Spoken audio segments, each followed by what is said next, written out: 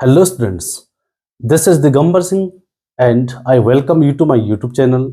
Today I am going to discuss one more topic and I have written over here on the board.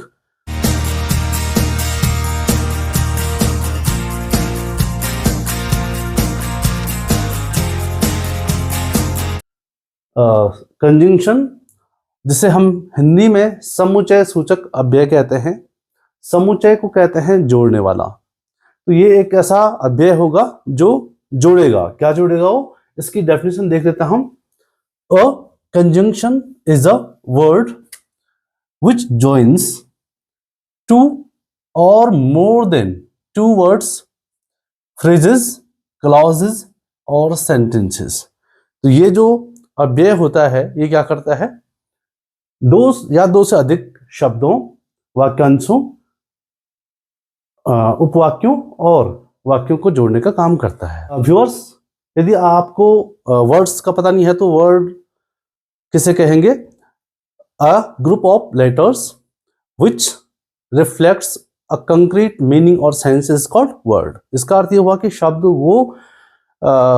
शब्द अक्षरों का एक ऐसा समूह होता है जो एक स्पष्ट अर्थ व भाव व्यक्त करता है। जैसे किसी का नाम राम है तो वो किसी व्यक्ति के नाम का बोध करा रहा है। जैसे इज है, गुड है, बहुत सारे वर्ड्स हैं जो अर्थ भी व्यक्त करते हैं और भाव भी व्यक्त करते हैं। तो वर्ड्स का तो आपको पता होगा। फ्रेजेस, फ्रेज क्या होता है? फ्रेज होता है वाक्यांश। जैसे आपने देखा होगा कि on the board, on the mat, in the room, इस तरह के जो वर्ड्स होते हैं जो एक सेट के रूप में एक अर्थ को व्यक्त करते हैं, एक स्पष्ट अर्थ को व्यक्त करते हैं। और क्लॉजेस क्या होता है? क्लॉजेस एक तरह का सेंटेंस होता है, लेकिन इसको हम सेंटेंस इसलिए नहीं कहेंगे। कभी कभी जो क्लॉजेस होते हैं वो एक स्पष्ट अर्थ तो व्यक्त करते हैं लेकिन भाव व्यक्त नहीं करते हैं। और कभी कभी क्लॉजेस, कुछ क्लॉजेस ऐसे होंगे जो स्पष्ट अर्थ व भाव दोनों को व्यक्त करते हैं। और सेंटेंसेस, तो आपको सेंटेंस की डेफिनेशन आपको पता होगी।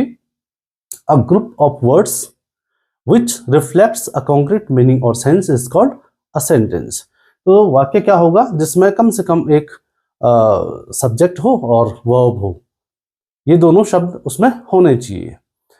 तो कुछ एग्जाम्पल हम यहाँ पे लिखते हैं। मैंने यहाँ पे कुछ एग्जाम्पल्स लिखे हुए हैं जिनकी मदद से हम कंजंक्शन को अच्छी तरह से समझ सकेंगे। पहला एग्जाम्पल है, Vijay and Dinesh are playing cricket. Vijay और दिनेश क्रिकेट खेल रहे हैं। तो यहाँ पे जो विजय है वो नाउन है और दिनेश वो भी नाउन है, यानी शब्द है वो। तो विजय शब्द को दिनेश शब्द से एक शब्द जोड़ा है जो एंड है, उसको हम क्या बोलेंगे? कंजंक्शन। तो कंजंक्शन का काम शब्दों को जोड़ना है। दूसरा देखिए, you and I R students. You भी प्रोनाउन है और आई भी प्रोनाउन है। इन दोनों को जोड़ने का काम एंड कर रहा है, तो यहाँ पे ये भी कंजंक्शन है। तो यहाँ पे दो शब्दों को जोड़ने का काम एंड कर रहा है। तीसरे एग्जाम्पल में देखते हैं, the frog lives in water and on land. अब यहाँ देखिए, जो मेंढक होता है वो पानी में भी और जमीन में भी रहता है।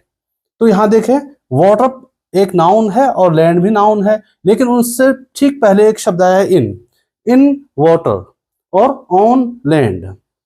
तो यहाँ पे दो शब्द बन के एक फ्रेज बना रहे हैं और ऑन के साथ लैंड जोड़ के एक फ्रेज का निर्माण कर रहा है। तो यहाँ पे इन वाटर और ऑन लैंड को जोड़ने का काम एंड कर रहा है, जो दोनों फ्रेज हैं। ये भी फ्रेज है और ये भी फ्रेज है, और एंड जो है ये कंजंक्शन हो गया। यहां देखिए चौथे में, he was so intelligent that he won the first prize.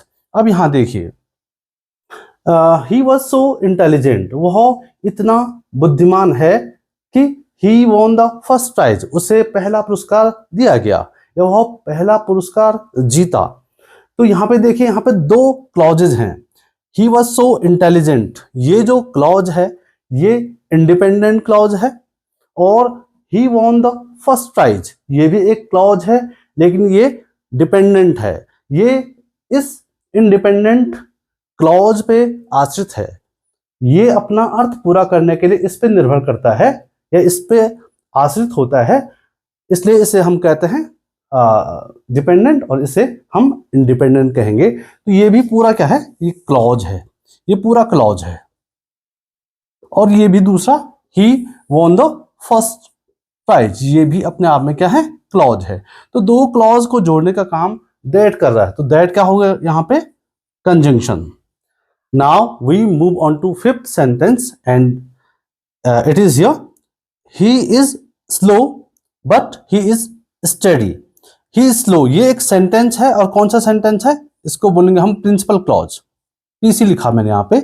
He is study, ये भी क्या है, प्रिंसिपल क्लॉज है।